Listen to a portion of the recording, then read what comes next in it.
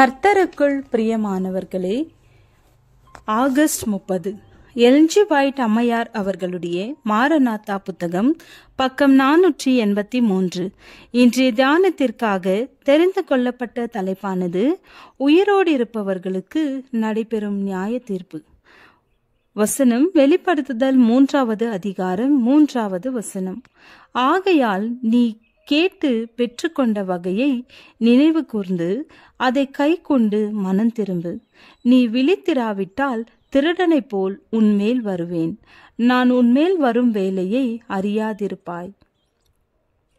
நியாய தீர்ப்பிற்காக நியமிக்கப்பட்ட அந்த வேளையிலே, அதாவது 1844 ஆண்டில் 2300 நாட்களின் முடிவிலே நுட்ப நியாய விசாரணையும் பாவங்கள் கிறுக்கப்படும் வேலையும் ஆரம்பமானது.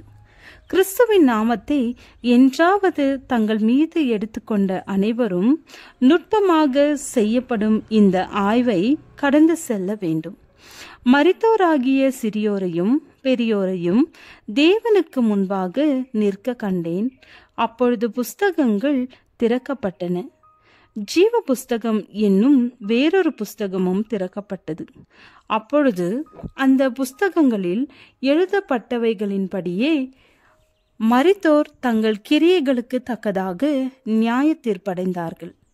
வெளிப்படுத்துதல் 20வது அதிகாரம் 12வது வசனம்.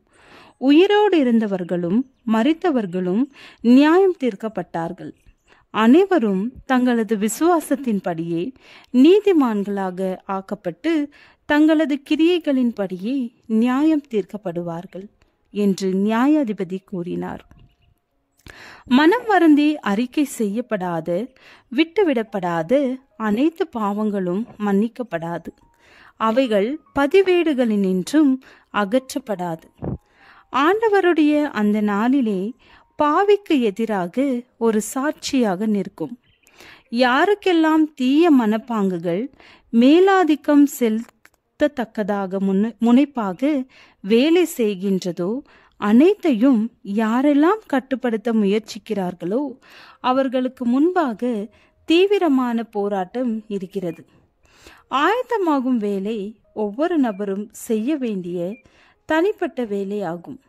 நாம் குழுக்களாக ரட்சிக்கப்படுகிறதில்லை. ஒருவருடைய தூய்மையும் பயபக்தியும் இத்தகைய குணங்கள் பெற்ற இன்னொருவரது குறைகளை ஈடு செய்து விடாது. அனைத்து ஜாதிகளும் அவரது நியாய தீர்ப்பிற்கடியில் கடந்து செல்ல வேண்டியதிருப்பினும் அவர் ஒவ்வொருவருடைய தனிப்பட்ட காரியத்தையும் பூமியின் மீது வேறு எவருமே இல்லாதது போன்று மிக நெருக்கமாகவும் மிக நுட்பமான ஆராய்ச்சியோடும் விசாரணை செய்வார். ஒவ்வொருவரும் சோதிக்கப்பட்டு கரைதிரை மற்றும் வேறு எதுவும் இல்லை என்பதாக கண்டறியப்பட வேண்டும். பரலோகத்திலுள்ள ஆசரிப்பு கூடாரத்தில் இந்த நுட்ப நியாய விசாரணை நடந்து கொண்டிருக்கிறது. பல ஆண்டுகளாக இந்த பணி முன்னேறி சென்று கொண்டிருக்கின்றது.